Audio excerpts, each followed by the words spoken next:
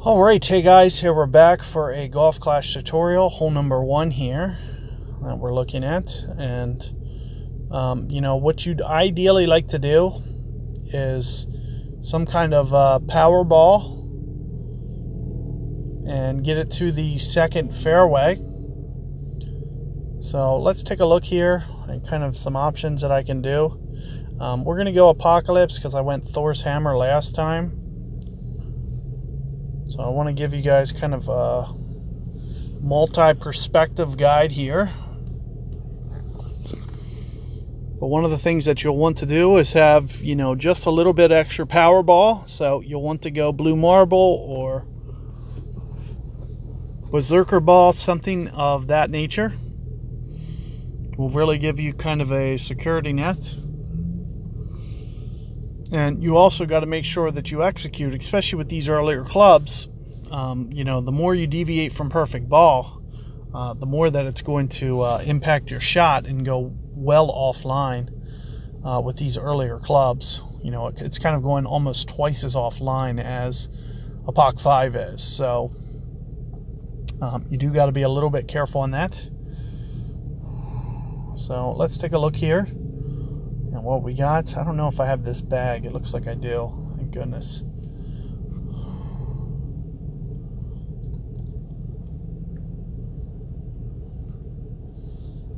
So 11 miles per hour. So very easy with that.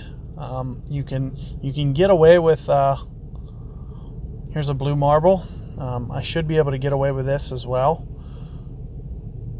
And what I'm thinking about is kind of landing up there towards the bunker. This should put it up there in the vicinity of, the bunker, or, but it should be just a little bit short. And you can see with what I'm doing with my aim, with my line, with my curl, all that good stuff. And I'm almost aiming towards the corner of the bunker and just kind of curling it back. It looks like I might not quite have curled it enough. I wanted to make sure that I stayed away from over curling it in the right rough. So I was only doing just a little bit, and it was my first time with that club and ball combination, so I did want to just be a little bit cautious. But ideally what I'm trying to do here is land right around here towards the middle of the fairway and just curl it over there, but I don't want to get too aggressive to where I clip that rough. So that's where I was just trying to be a little bit on the cautious, and you can see that I was actually a little bit too cautious. But we'll see if we can't get it. You'll see that, we're putting ourselves in a very good position anyway. And it's going to be a very good chance for you to be able to pitch these in. And look at that one. So just keeping it out of the bunker. It's going to be a little bit easier pitch than mine, except for the fact that it's farther. But everything else considered, this should be somewhere in the neighborhood of 1.4 per ring at max. I'm a little bit inside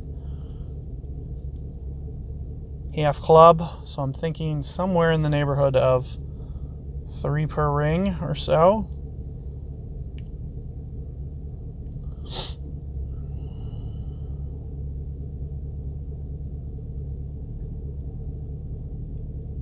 So this is almost, I would think, a little bit of an overplay. You can see what it looks like.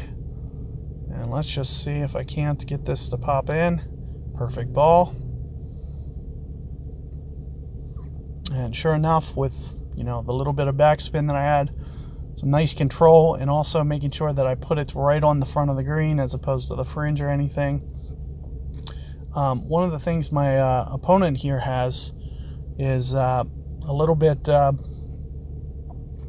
less wind resistance to deal with. However, they're just a little bit longer. You can see that he's putting it down here on the fringe. You never typically want to do this because the bounces that you get on the fringe tend to vary more so than the green does. So it can make the ball deflect more towards the left or right, than the green does. So you do want to be just a little bit careful of that. You want to make sure that you're getting that hole because, you know, the guys who are going to end up winning, they're going to get that every time. It's a very easy, straightforward hole. So good luck with that hole, guys, and I'll see you guys for hole 2 coming up.